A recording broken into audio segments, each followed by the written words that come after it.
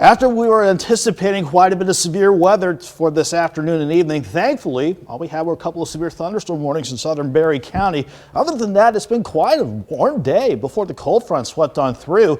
At least we're all behind the cold front now with this last look from Indigo Sky Casino and Resort. Thankfully, this has been relatively quiet ever since the cold front passed on throughout the course of the late night hours.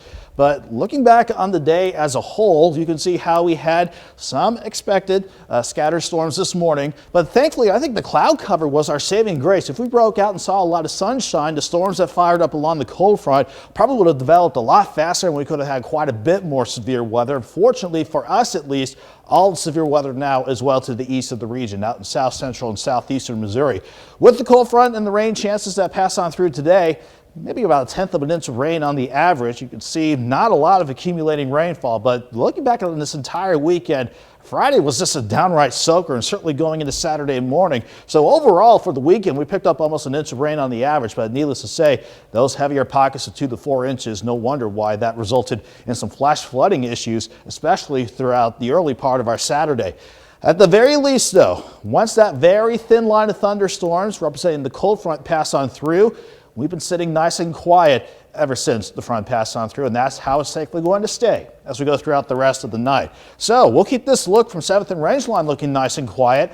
But how did temperatures fare throughout the day? We started out, quite frankly, mid-60s to near 70. We held in this territory throughout much of the morning. Then before the cold front worked on through, you can see how we pushed into the mid to upper 70s. Then behind the front, we've been seeing temperatures fall through the 70s, 60s, into the 50s. And we're not done dropping off just yet. We'll be back into the 40s by the time tomorrow morning rolls around. At least we're quiet here, but dangerous, life-threatening thunderstorms passing south of St. Louis with confirmed large and dangerous tornadoes passing around Fredericktown, Chester, Illinois, crossing over the Mississippi River. Hopefully everyone's okay out there. We'll see what those storms did when the survey crews out of the Weather Service in St. Louis go to survey that tomorrow. But back in here, we're quiet again behind the cold front. We stay quiet for a few days before that next cold front and next upper level wave out west starts to head our way. Before it can get here though, look at this vast nothingness. That will be the main weather story for the next few days. So let's break down your forecast for the rest of tonight. On the backside of the system that came on through, can't rule out some partly cloudy skies trying to work in by the time we get back to work and school in the morning, but we keep things dry. Noticeably cooler with lows around 46 degrees. Looking throughout the rest of the day, any partly sunny skies we had to start the day will turn mostly sunny, and that will at least get us to 55 by noon and pushing afternoon highs around Joplin and much of the area right around 61. So we look okay to start the work week and school week out. We keep it quiet for Tuesday. Then here comes our next storm system with our best shot for rain and storms this week looking likely on Wednesday. Then, depending on how fast the system clears out, we'll hold on to some rain chances with the backside of the system Thursday and Friday.